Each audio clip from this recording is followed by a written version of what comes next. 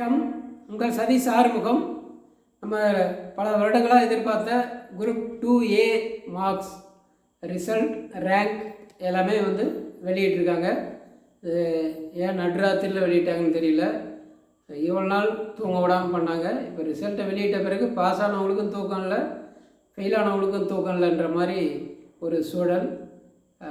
என்ன ரேங்க்கு, என்னென்ன விஷயம் அதில் இருக்குது அப்படின்னா, பேப்பர் 1 என்ன மார்க், பேப்பர் 2 என்ன மார்க், ஸ்பெஷல் கேட்டகரி ஏதாவது இருக்கா, பிஎஸ்டிஎம் இருக்கா, அந்த மாதிரி ஒரு ரோ கொடுத்துருக்காங்க. இன்னொன்று ஓவரால் ரேங்க், கம்யூனல் ரேங்க். அடுத்தது கிளர்க்கு, ஸ்டெனோ, டைப்பிஸ்ட் அந்த மாதிரி ஏதாவது இருக்கா, இல்லை differently able, X serviceman, destitute widow, post eligibility, அதாவது லிஸ்ட்டு 1 லிஸ்ட்டு 2 அந்த விஷயமும் வருது. ஏதாவது ஸ்பெஷல் கேட்டகரி எந்த கேட்டகரியில் வராங்க. அப்போ ஒரு தெரிஞ்ச தம்பி ஒருத்தர் அனுப்பிச்சார். அவர் 168 ஹால்மார்க் எடுத்திருக்காரு paper 2. Paper 1 57. Overall rank 199. Communal rank 133. நல்லாவே எழுதியிருக்காரு. நல்ல ரேங்க்.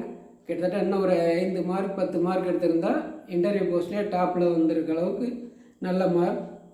எனக்கு முதல் ரிசல்ட்டு நல்ல மார்க்கில் வந்தது ரொம்ப மகிழ்ச்சி. உங்களுக்கும் நிறைய பேருக்கு வந்திருக்கும். செக் பண்ணுங்கள். அந்த ரிசர்வேஷன் இந்த மாதிரி விஷயத்தை பொறுத்து ஓவரால் ரேங்க் வச்சு இப்போ நம்ம சொல்ல முடியாது. அந்த ரிசர்வேஷன் உள்ளவங்களுக்கு போன வீடியோவில் சொன்ன மாதிரி அதை பொறுத்து மாறும். முதல்ல மார்க் பாருங்கள்.